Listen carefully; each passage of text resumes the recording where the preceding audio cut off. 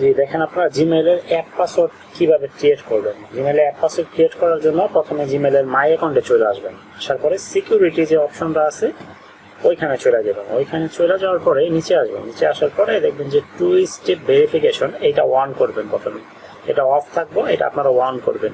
On করার পরের কাজ হইল আপনার উপরে সার্চে চলে যাবেন। সার্চে অ্যাপ পাসওয়ার্ড লিখবেন।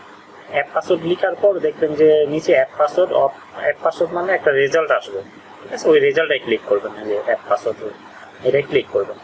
ক্লিক করার পরে আপনাদের অ্যাপ পাসওয়ার্ড অপশনে নিয়ে যাব।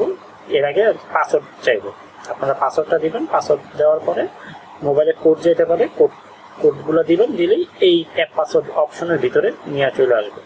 চলে আসার পর এইখানে একটা অ্যাপ পাসওয়ার্ডের নাম দিবেন, ঠিক আছে?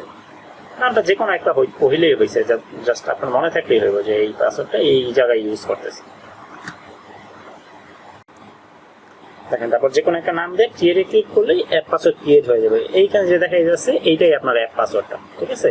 এই অ্যাপ পাসওয়ার্ডটা আপনি ভালো একটা জায়গায় সেভ করে রাখবেন। আর এইটাই কিন্তু আপনার এই জিমেলের এসএমটিপির পাসওয়ার্ড, ঠিক আছে? আপনার জিমেলের যে পাসওয়ার্ড ওইটা কিন্তু এসএমটিপির পাসওয়ার্ড না। এসএমটিপির পাসওয়ার্ড হলো এইটা, অ্যাপ পাসওয়ার্ডের যে পাসওয়ার্ড এইটা হলো এসএমটিপির পাসওয়ার্ড। তো আশা করি বুঝতে পারছেন আপনারা। এখন থেকে বানাইতে পারবেন আপনারা আপনাদের জিমেল এসএমটিপি হিসাবে।